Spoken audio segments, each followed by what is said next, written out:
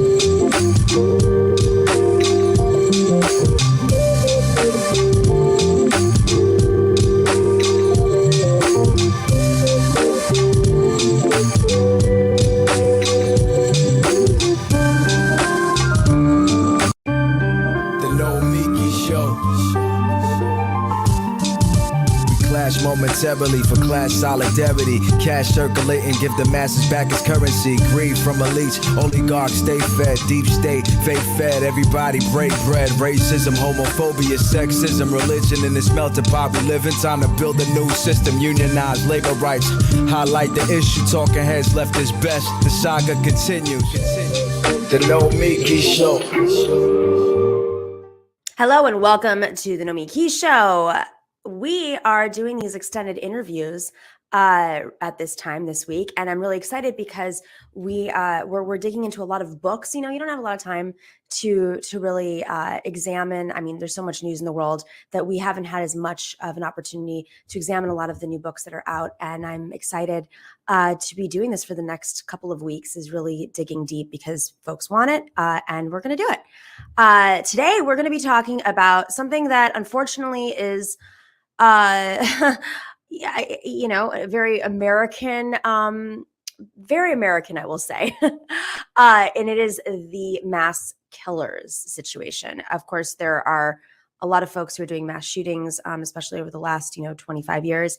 And, why is it that we in the US have this problem as opposed to other countries that also have guns, for instance, like Switzerland? They don't have mass shootings, at least at the rate that we do. Well, we're going to talk about this with our next guest, who is the author of The Minds of Mass Killers. She is a psychotherapist. Shavaun Scott, thank you so much for joining the show.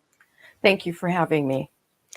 I guess I just want to start off with something. I sort of led with it, which is the United States is just so unique in this. And it's hard to say, you open up, the news will say it's the guns, which I'm sure has something to do with this. Lack of health care. What is it that makes us unique? Is it a bunch of different things? I know that you get into the mindset, but what kind of leads to that? Yeah, it's really my favorite word, multifactorial, because if it was just one thing, we would have fixed it a long time ago. But yes, these incidents are increasing in frequency, growing more deadly, particularly in the last 5 years, more motivated by hate-based extremism. And we're not going in the right direction. We're going in the wrong direction. So it's really a perfect storm of personality characteristics of the killers, combined with social factors, which are the people in their immediate world, and that includes online connections, which are really important and very powerful. The overall culture. We are a culture that celebrates, if you want to use the term, American Psychological Association talks about toxic masculinity, which is basically a very gun-oriented country, and male power. To be a man is all about domination and violence, and we solve problems in our entertainment and everything else with weapons. And you put all that together with our incredibly easy access to weapons of war, really deadly weapons of war, and then the cultural script that certainly became a very dominant theme after Columbine. But as I say, even in the last 5 years, it's become stronger, that when we have personal problems, mass murder is a solution, which is really bizarre. And we are importing that template to other countries. But yes, certainly nobody has this to the extent the United States does. Toxic masculinity. I how many of these stories, I'm sure there's no accurate breakdown, but, you've heard about young boys in particular going into their school, maybe acting out because a girl did not give them attention, or they felt isolated or not part of the things that happen when you're growing up, right? Right. The in crowd, or you asked a girl out and they said no. I mean, that's just normal. But I can't believe how many stories, I'm not saying it's all of them, but how many stories relate to that. But of course, that's not the only thing. I do want to kind of, focus in on the age range, and like the gender. Toxic masculinity is definitely overlapping with this, but who are the majority of these mass killers? Most school shooters are number one, they're male, almost exclusively male. the school shooters would be typically a 15 or 16-year-old boy. College age students are also, we've had a lot of incidents at colleges. Usually they're college age and university students. Their schools and universities are typically insiders. They're somebody that attends or has previously attended the school. And then when you get into workplace shooters, it's usually males in their 30s and 40s. And so you don't get a lot of older mass killers, although you do see that. And particularly with people motivated by racism, people who go into synagogues or mosques, those can be people of any age. But yeah, definitely a man thing. But 90% of all violent crime is committed by men. So I think that's, there's meaning in that. And that would be a whole other topic of what is it about men that makes them more prone to violence, where women, of course, can be aggressive, but we do things in other ways. Yeah. I mean, you wouldn't know that based on all the Netflix shows that talk about serial killer women. I'm like, what? Yeah. And then just to address the thing you mentioned about, kids having the normal disappointments of life, there's kind of a cultural trope that mass killers, particularly in schools, are all kids that have been bullied, and they've been bullied terribly. That's really not true. Interesting. We've had bullying, unfortunately, throughout the history of humanity, and never before has bullying been used as an excuse to go out and kill people. I was certainly bullied in school. Most kids at some point have a bullying experience, but the story has never been, oh, you've been bullied, therefore the solution is to go in and kill a bunch of people. So this is a new script that's part of what I'm so concerned about, is that the more we talk about bullying as a reason, that we're actually teaching kids that this is an acceptable way to handle bullying. Interesting. And it's putting, I obviously bullying can be traumatic and will absolutely shape many people's lives. I mean, from my own perspective, I think it shaped the course of my life, what clubs I joined, and those clubs, manifesting into other things. But if it's not that I don't want to recognize the effects of bullying, but if it's purely from a male victimhood perspective, that can come out in different ways too. So I immediately think of, and I don't want to say their names for many reasons, but the child who went into the school and mass shooting recently, a couple months ago, and turns out that the parents were cognizant and are now being held, being prosecuted by a female prosecutor, and I think there was something about that story that cracked open a conversation about the relationship between the toxic masculinity that's being played out through young boys and the relationship to potentially the politics in the home and how it relates to guns and how they overlay. Is this something that's being studied enough? Yeah, it really is. And one of my concerns and the motivations for writing the book is people think we don't know why this happens. Actually, if you're involved at all in forensic science, psychology from the point of view of why people commit crimes, there's tons of research on it. And the attitude toward guns, particularly in the home, has a tremendous amount to do with, number one, access. Kids who grow up with guns all over the house have a much greater tendency to use guns. Most school shooters use parents' guns. So when we talk about, all these illegal guns, that's really not the problem when it comes to these incidents. And when we talk about, bizarre, parents buying kids automatic weapons or semi-automatic weapons of war as Christmas presents, this was the case with Sandy Hook. And that, young man who was really disturbed, he started shooting with his mother at age 3. And I guess he was a great shot at age 3. Oh my God. And so, yes, guns in the home and parental attitude toward the acceptability of kids using guns. Now, of course, there are, the majority of families who go hunting or whatever, that's not the case. But when you combine all these other factors with the parental support and accessibility of guns, it's certainly one important aspect. Well, what's interesting about that, what you just told me, is there are a lot of folks, and I kind of want to use that 5-year mark as an important factor here, because you said in the last 5 years it's gotten much worse, as has, you know, right-wing extremism and right-wing terrorist organizations, you know, that have just ballooned. But I want to, prior to 5 years ago, say 2016, and probably, you know, prior to, if we want to really go back, 2008 or beyond, you'd hear NRA members say, listen, it's about responsible gun ownership. We're not opposed, and members, I'm not saying the leadership. Many NRA members would say, you know, I am all for sound gun laws.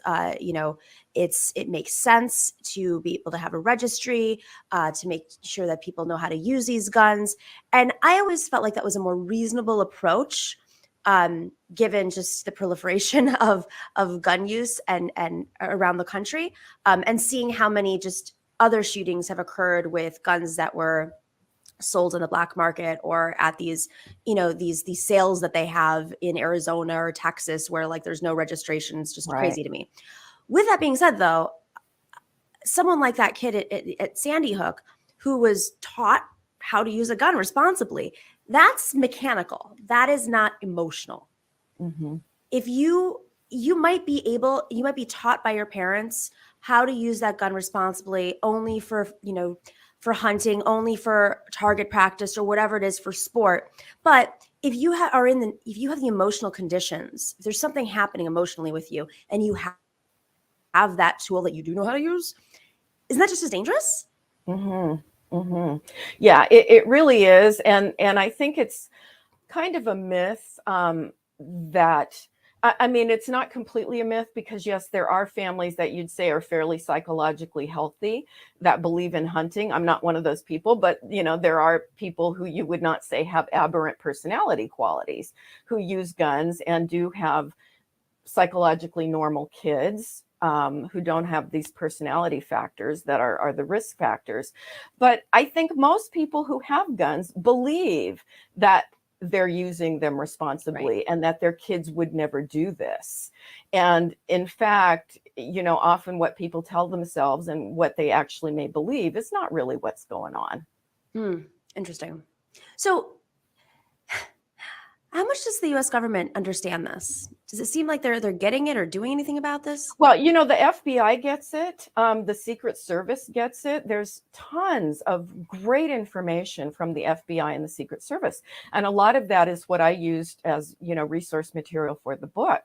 But we have a government that doesn't work very well. And when it comes to the legislators and the people who make laws, they're incredibly influenced by the pro-gun lobby. And are they getting it? No, they're the ones saying, oh, we solved this by arming teachers.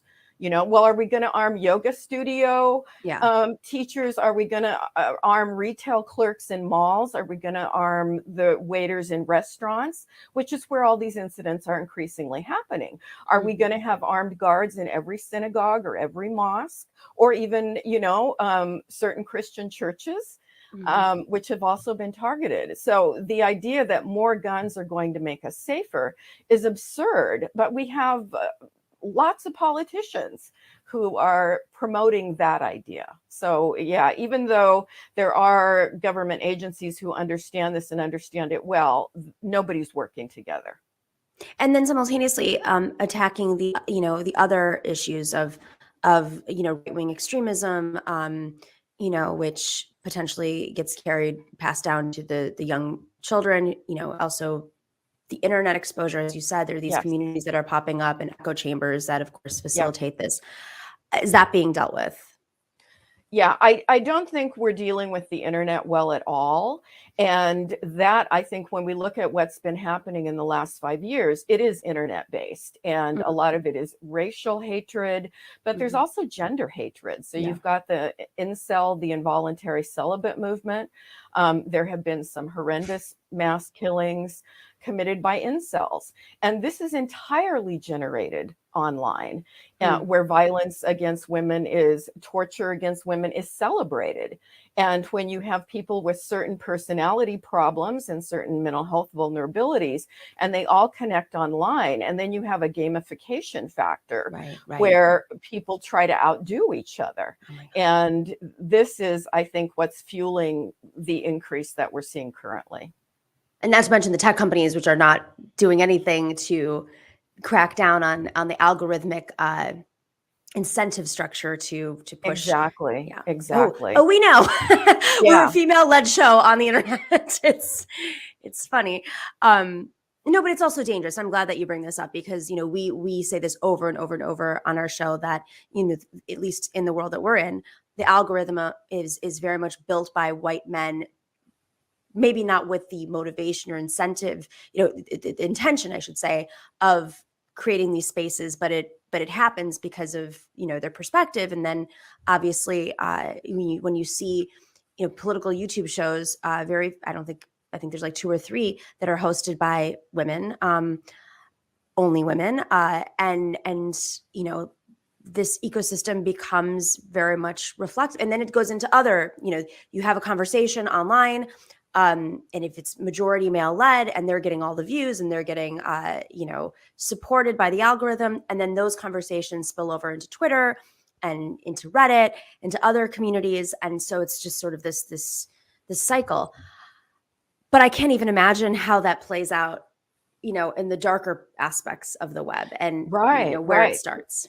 And to the point of, there have been multiple incidents of people live streaming, you know, on Facebook and other platforms. You know, I have a practice in Oregon and California, and there have been multiple incidents, and then the horrible New Zealand killing, which was all live streamed. And so this performative aspect of it is another internet enabled tendency. The other side of this is sometimes we hear that they just want attention. And, you know, I didn't say the person's name because I've, you know, as a news presenter, I've been advised to stay away from that. Is it as much about that, or how much of it is attention? Fame is a massive motivating factor, massive. And this has been identified by the FBI and Secret Service for a long time. You know, the Columbine guys were joking on some of their self-made videos about which directors would be doing the story of their lives and how famous they would be forever. And unfortunately, a lot of that has proven to be true. Michael Moore, guys.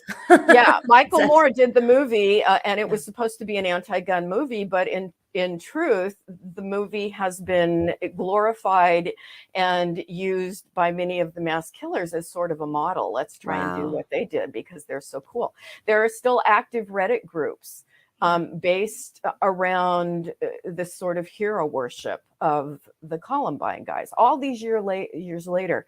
So the fame is a big quality. Narcissism is one of the personality traits, along with a few others, that you tend to see that it just show up over and over again, even in the younger kids who do this. And so the tendency to, well, if I'm not really significant in anything in my real life, my daily life, I will be really important and I will be powerful and feared. And there's the sense of, I'm going to have godlike power because I get to decide who dies here, which is a really twisted perception of the world. But we're not talking about happy, well-adjusted people here. So even though they may externally not really show the perceptual distortions that are going on in their thoughts. Okay, so you're a psychotherapist. You're qualified to answer this question. How much of narcissism is I don't want to say biological, but is it, how much are folks being raised to be narcissists? Or modeled? Like, because I see this as white supremacy, and I see white supremacy as like tremendous narcissism. Yeah, very much, very much. And there's a lot of new research, again, about how to be an influencer on the internet and how this impacts young kids who grow up the whole YouTube thing I know, because I see children as well as adults in my practice, and there are 4-year-olds who have unrestricted access to YouTube, and are little girls that are doing makeup tutorials. And it's like, okay, there's a place for things, but not with little kids. And I do think that narcissism is increasing we've measured that in multiple ways. And in many cases, it's benign, but certainly not always. And when you combine it with paranoia and psychopathy, the clinical term for the psychopath, and a bit of sadism, you've got the recipe for a very dangerous person. If you're it's one thing if you're on the internet and you're seeing these things at a young age, but simultaneously, if you are living in a home that sort of may have reflections of that too, whether it's very much, right-wing tendencies, needing a gun because like white America, whatever their mindset is, like who's coming to get them. So how do you think we could solve these problems? I mean, we're talking about the internet in particular, and I immediately think about in 2010 or so or 11 when ISIS started to grow very, very fast, and a lot of it was being facilitated. The discussions were being facilitated online. It was a decentralized organization. It wasn't like Al Qaeda, and President Obama immediately went to the tech companies and the FBI, and they said, we got to do something about with the communities online in which they're organizing. And they did. Did it solve it? There's other aspects too. But is that is that a solution? Are there other solutions? We have free speech in this country. Yeah, there are so many factors that go into it. And that's like the really long final chapter of my book, is all the different ways we can go at this. Because if it was as simple as, oh, well, just ban violent video games and it will all stop, again, that would have been great. Unfortunately, that is not going to have any impact whatsoever. So deplatforming, I think, of hate groups, particularly ones that are advocating violence, I think is super important. 8chan was an image board that was incredibly popular, millions and millions of users of 8chan. And that went away after several mass shootings in 2019, 2020, because they had a huge community who were promoting and gamifying mass shooters. And many of the mass shooters had announced on 8chan their plans in advance, or had posted links to video of their crime. And in fact, the founder of 8chan, a guy named Fred Brennan, who had originally been just a complete advocate of uncensored internet, and we've got to allow free speech no matter what. And then it ended up being a kiddie porn haven and a haven for mass killers. And so he then did an about face and said, I'm pulling out of this. He became a very vocal opponent of it. Someone else was running it at that time, but they were soon deplatformed and went away. Wow. And I think that's a good thing. Now, does that mean that it hasn't moved to other places? I'm sure it has. But 8chan was big and it was known, in that way. And so the fact that it was deplatformed is good. And I think, again, one of the things the FBI is supposedly working on is getting more involved in the dark web and understanding more the dangers. And, if you're advocating the commission of genocide, it's really hard to, I think, justify that under free speech. So we're still exploring and finding this. One of my key points is that if we can interrupt more upstream rather than downstream, long before anybody picks up a gun, that's right, we're doing a much better job. And so the more we can get mental health therapists embedded in schools who can notice kids, the kids may not be mentally ill per se with a major mental illness, but you can certainly notice antisocial tendency. I have a lot of friends who are teachers who are clients. And, the thing I hear consistently from them is, I am overwhelmed. I am overworked. I see really troubled kids and I have no resources. I have no way to help them. And I think, teachers are angels. They deserve accolades and they're doing their best, but we're failing them. We're failing them. So we need more mental health resources in the schools. We need more in the communities. Some school districts are doing a great job, but most are not. The majority are not funded to do this. And well, so the schools aren't funded, and maybe the ones that are doing better, which are funded because of tax dollars, are also in communities where there may not be as much economic tension, which of course is an added element to stress at home, et cetera, et cetera. Parents not being around because they're working, you know, everybody knows what it's like to be an American. Exactly. Yeah.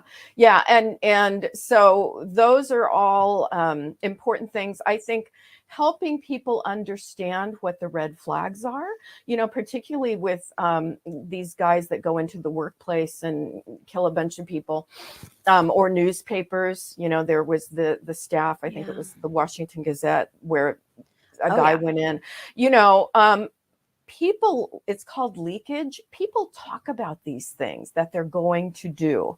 And often they talk about it for years in advance. You know, they'll make threats. They make very overt threats, often making posts on social media.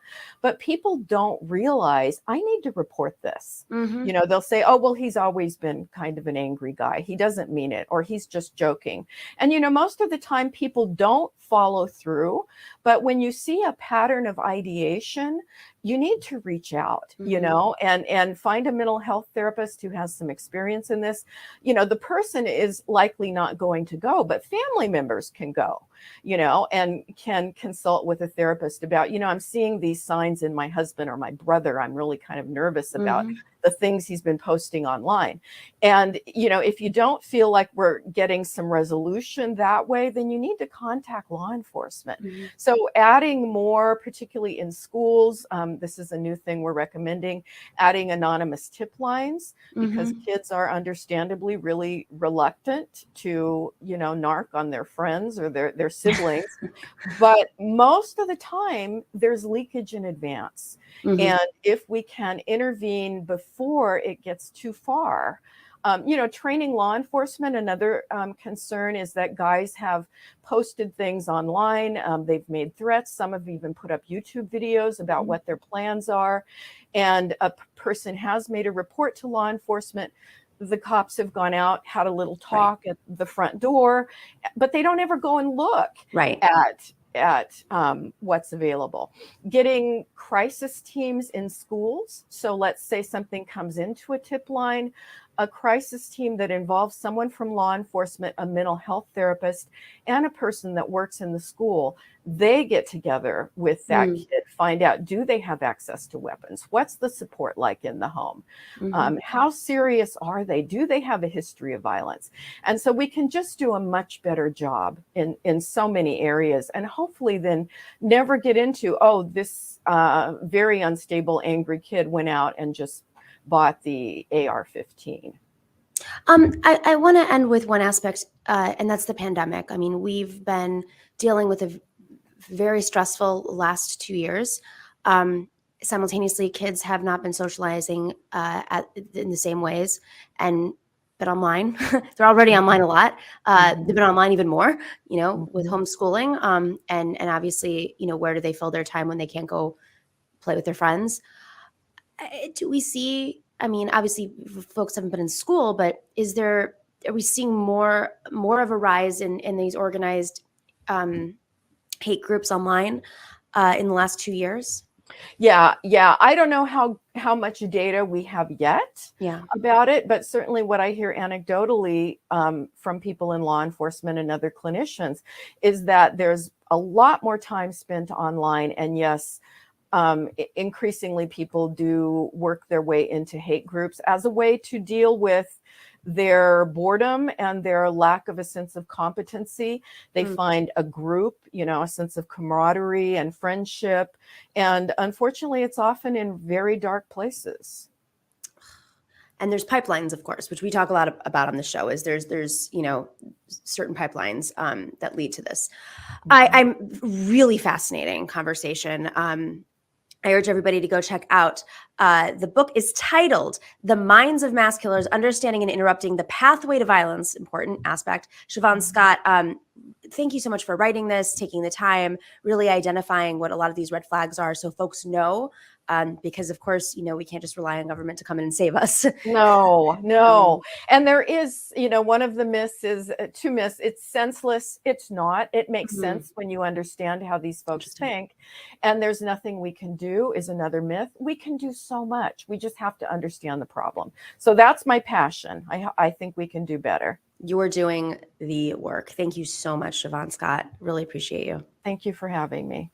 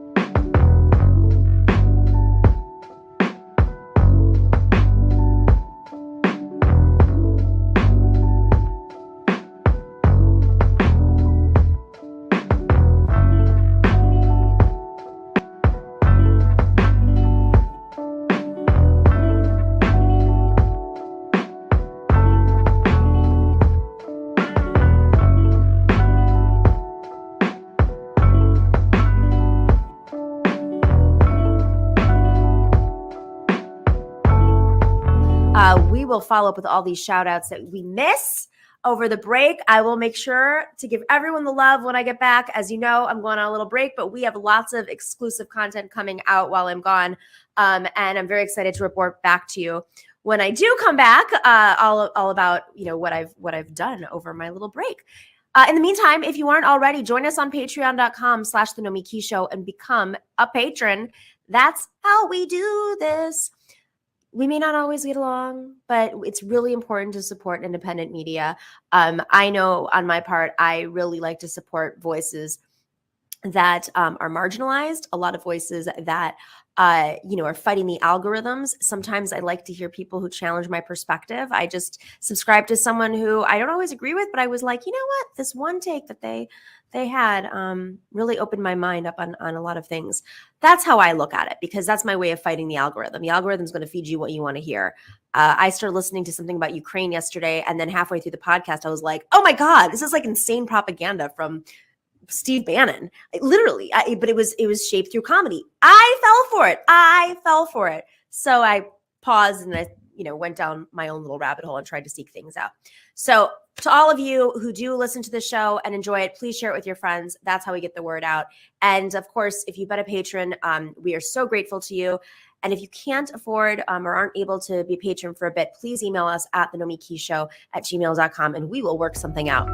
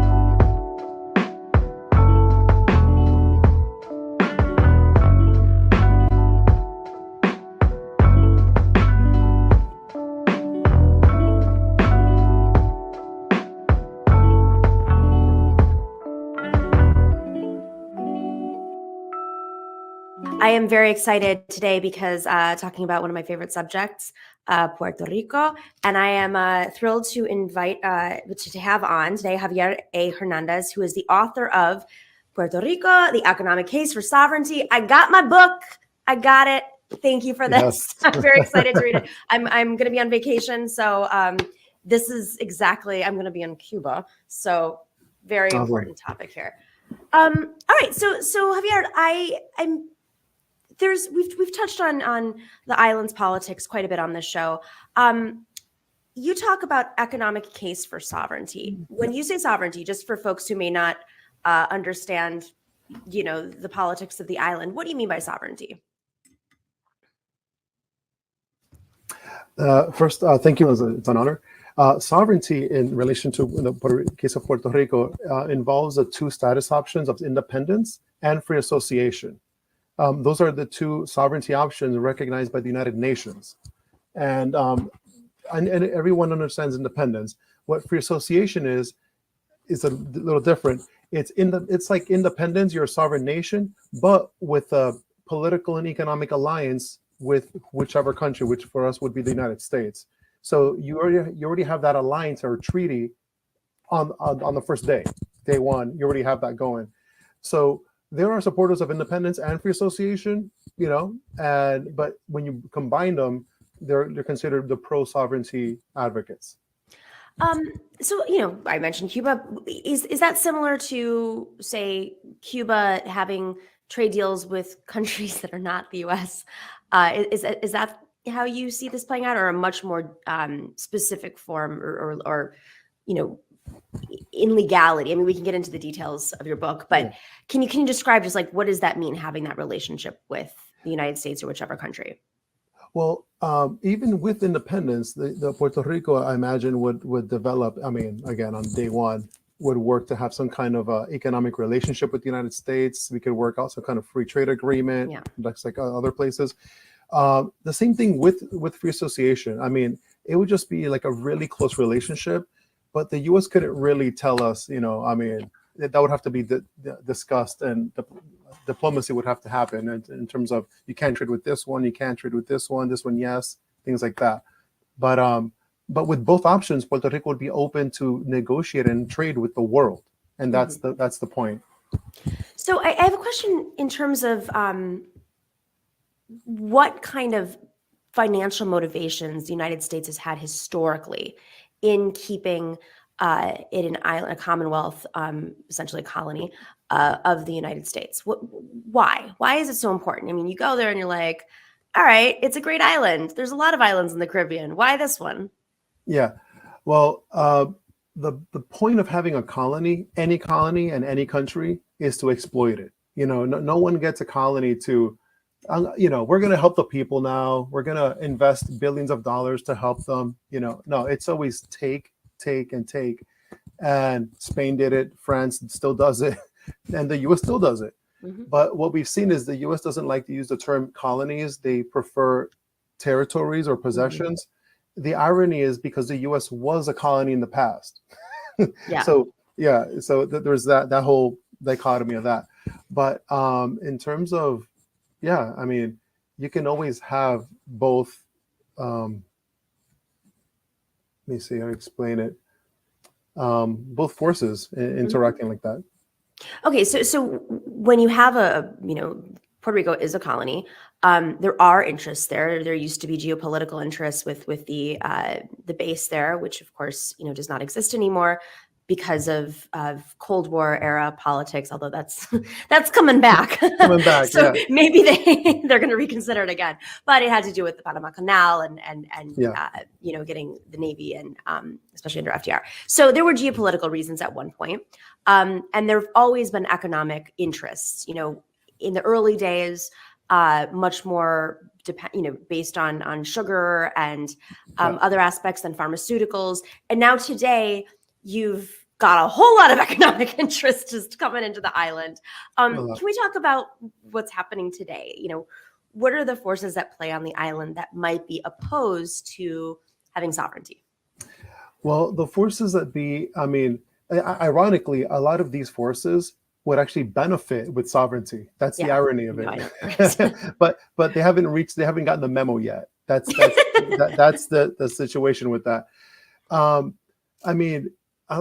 Literally, the economy would grow. There'd be more economic activity going on. The multiplying effects of that are astronomical. So it's really just the politics of it, the political control situation. And sadly, many Puerto Ricans have I mean, for 124 years, you have lived in this colonial regime, and that's all you know.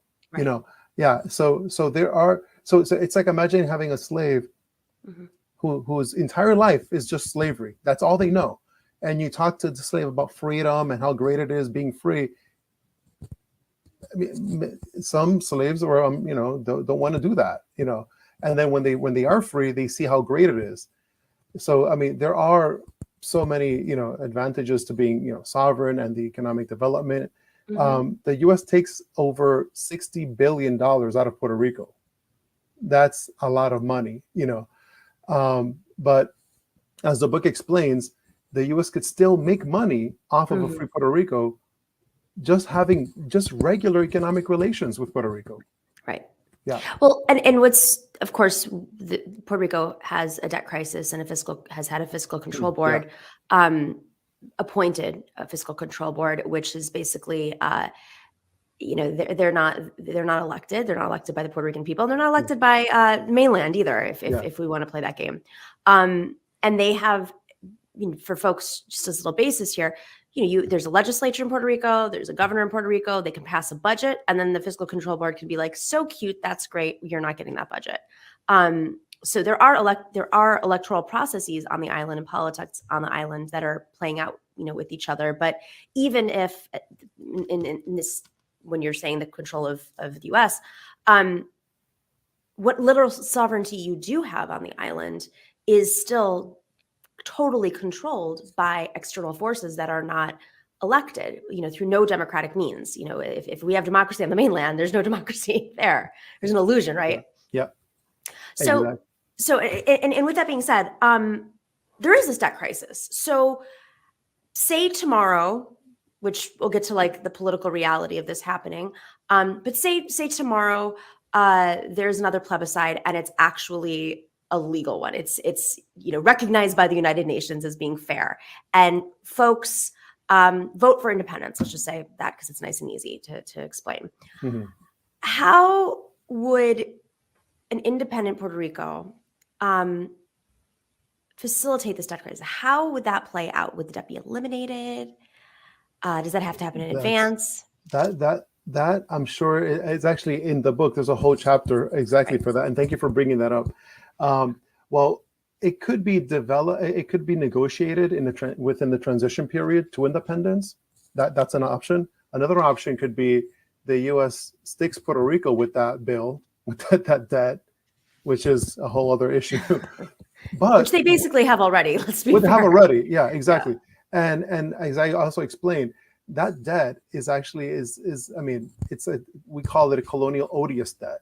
It's a debt that was made, but it's really an American debt because Puerto Rico is not sovereign. Only sovereign entities can take debt. So you see?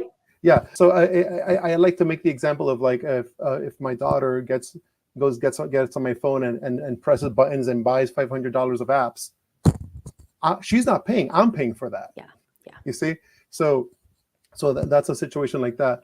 And but actually, even if Puerto Rico had to still pay that debt, we could pay it with sovereignty. We'll have enough revenues coming in, way more than we have now, and it would totally be a whole different situation.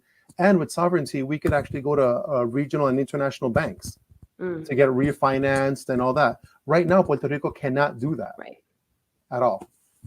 For folks who don't know, when you go there, there's no like Chase Bank or Wells Fargo anymore, at least. Simultaneously, you have these tax incentives that exist on the island. So while a Puerto Rican has to pay into this debt, there are plenty of folks who are moving there who don't have to pay into the debt and are also getting incentivized to move there. What's going on right now? Like, oh, that's a touchy subject because I mean I understand the bringing in investors concept, okay, but the way that they're doing it is the Puerto Rico government, which is run by the statehood party, they're promoting American tax evaders to come to Puerto Rico to evade taxes, okay, do some business, but really it's for you to evade taxes. Now that's the reason, the overriding reason. The reason you don't really see in the media is there are some stateholders believe that the more Americans you bring to Puerto Rico / white people, that's Let's be real. Yes, be real. Really white, really white, really white, like John Mayflower Smith. white. Yeah, Mayflower white. They don't speak any Spanish. or So Aryan white, we should say. Aryans, actually. right? The more you bring these people into Puerto Rico, just bring them, and they go into their little enclaves to speak English only by themselves. The more you do that, they believe in their head that that'll promote statehood, just like they did in Hawaii and other places. So the Puerto Rico government, again, run by the stateholders, they're promoting colonial gentrification. They're like on purpose doing this. It's not like a side effect. Or on purpose, they're promoting this, bringing in what we see as foreigners coming in and just buying up land, and then that also affects the property values and the real estate sector. But it's not just Americans coming. I know a lot of Americans that live in Puerto Rico that are great people. They're in society. They have families, good to go, but they pay taxes. These are American tax evaders coming in and just kind of doing what they want. Yeah. And and this is also at a time they're buying up real estate that's distressed because there has been this debt crisis. So it's an opportunity for them to come in, buy low, not get taxed, and change the scenery essentially. I was in Rincon on the west side of the island, and I have a documentary that I'm working on, so travel around the island a lot and very regularly. So it's every 6 weeks or so, go down, do another whirlwind trip. Wow. And to see, even in a 6-week period, and granted it's been COVID, things are changing so rapidly.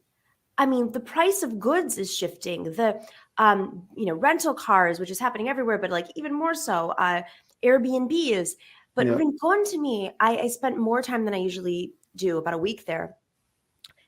I think I could have gotten away with not speaking Spanish, one word of Spanish, during my entire time in Rincon. It was mind-blowing. Like I know it has a reputation for that, but it was at a level that I hadn't seen before.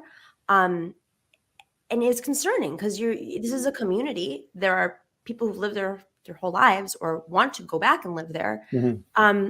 And it wasn't just tourists. It was folks who really dug their roots in there. And I know it's been there. That's been sort of a situation for a while on the West Coast, but there was a lot of the crypto energy, I'll just say. Yeah. So, with that being said, there are folks who are publicizing this, like come to the island, be part of the crypto community, the Logan Pauls of the world. Is it really that many people? It's a few thousand.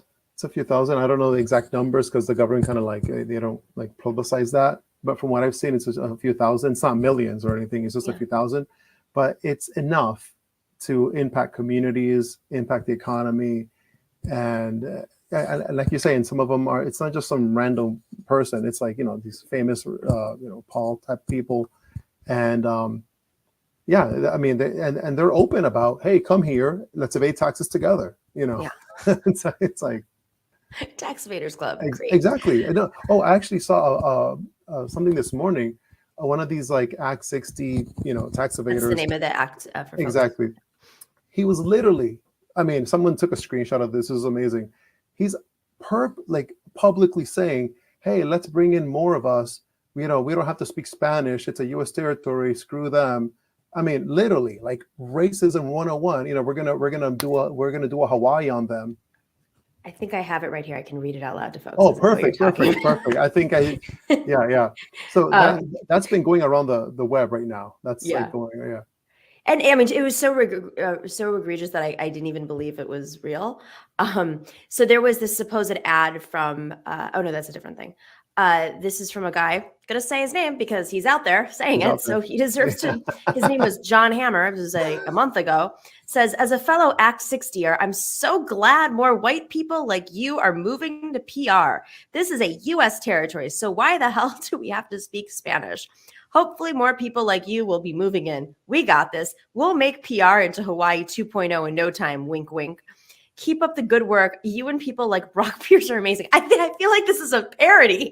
I'm like, this can't be real. It would be funny if it wasn't true, and that's the situation, and that riles and enrages Puerto Ricans when you hear that. I mean, it's like no, Yeah. Puerto Rico's our country. Yeah.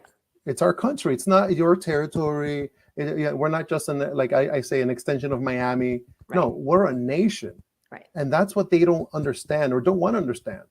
Of course Exactly. not. So let's talk a little bit about statehood. You have a chapter in here.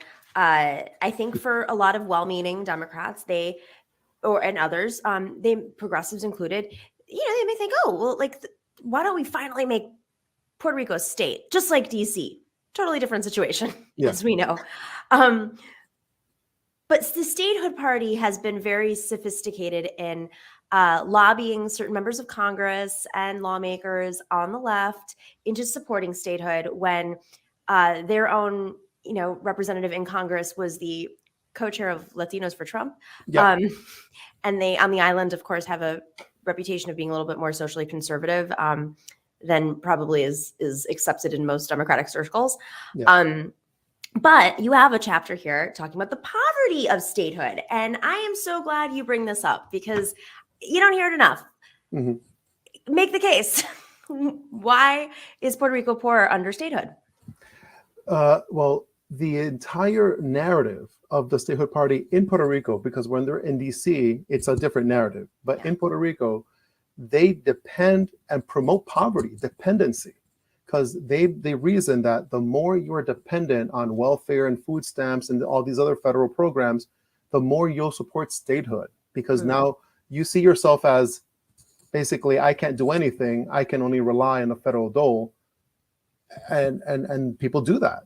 And that's can I pause for a second? Because that's very different than sort of the Republican narrative in the States about how people are depending on social programs. I mean, it's a very different situation. Puerto Rico's it's 3 times more poor than Mississippi, the poorest state? Yeah, the poverty rate is 43 or 44% now. Okay. Yeah. So and pretty much. I mean, there's poverty, yes, but they don't work to resolve the poverty. Yeah. They need the poverty. See, so anytime Puerto Rico has a chance to economically develop, they stop it. They stamp it because they need poverty. And poverty creates dependency. Dependency creates statehooders. Mm-hmm. So you have a mass of people who are dependent on federal dollars who only vote for statehood because they believe that they're going to get more money with statehood. So statehood for them isn't about being an American or speaking, red, white, and blue. Nothing. It's dinero. That's it. That's the only reason. Now, when the stateholders go to DC, they talk about, our men and women died in a uniform and we're patriotic Americans, because that's what they know Americans want to hear. That's the narrative. Mm-hmm. But in Puerto Rico, if you say that narrative, you wouldn't sell it. Yeah. Yeah. Oh, and one more thing. There's a different, along with that, they promote this notion. It's called Estadía Jíbara. We call it like that, but like Creole or Boricua statehood, where it's a statehood, but Puerto Rico would keep its national Olympic team. Right. Spanish would have a national, would be our national language as a state.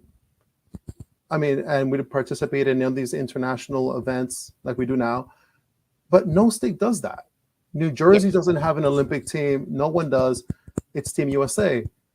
So the version of statehood, when Puerto Ricans vote for statehood, they're voting for a fantasy. That doesn't exist.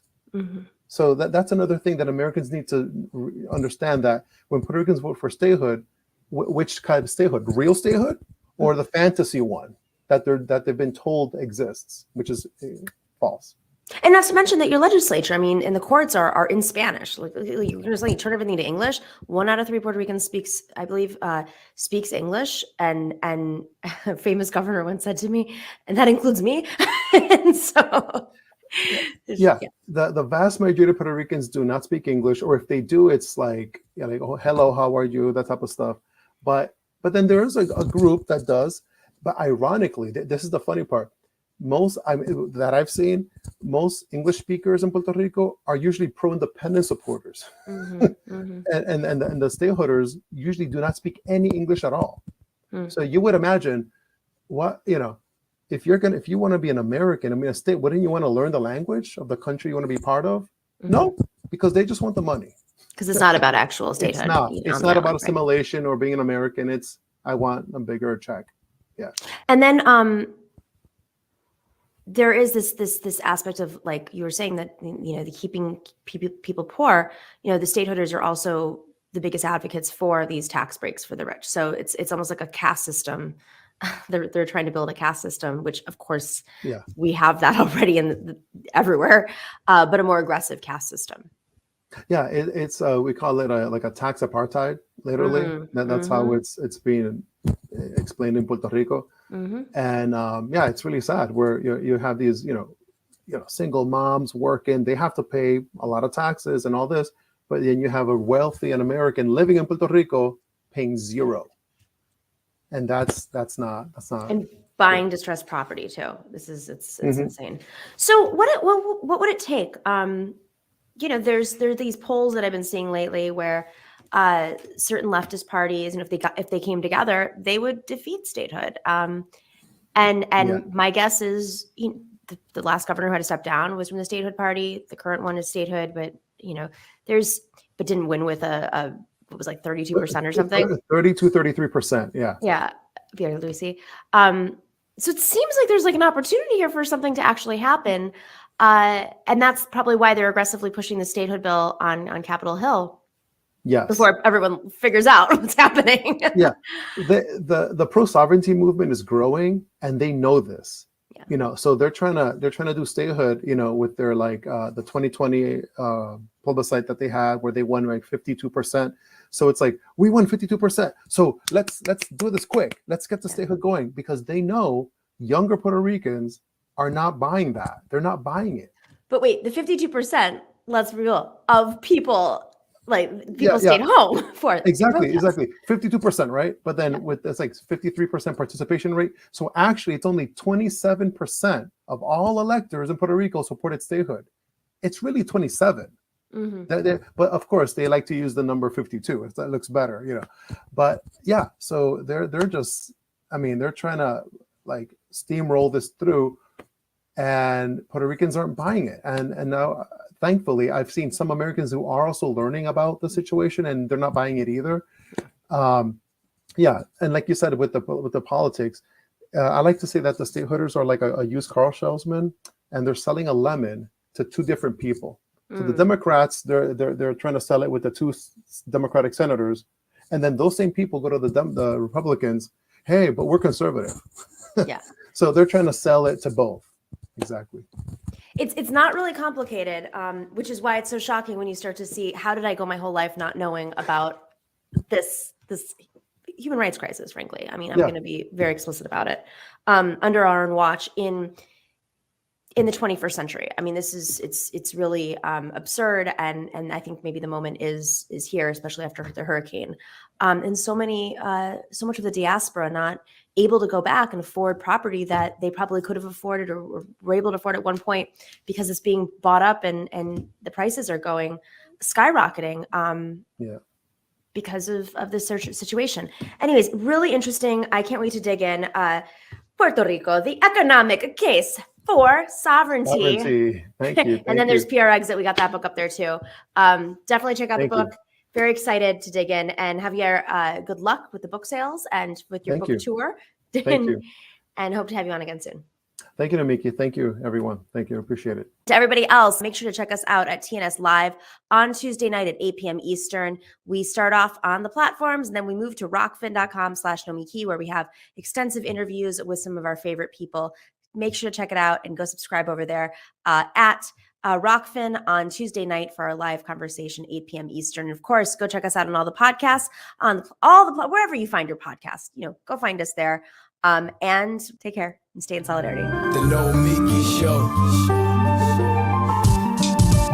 Clash momentarily for class solidarity. Cash circulating, give the masses back its currency. Greed from elites, oligarchs stay fed. Deep state, fake fed, everybody break bread. Racism, homophobia, sexism, religion in this melting pot we live in. Time to build a new system, unionize labor rights. Highlight the issue, talking heads left is best. The saga continues. The Nomiki Show.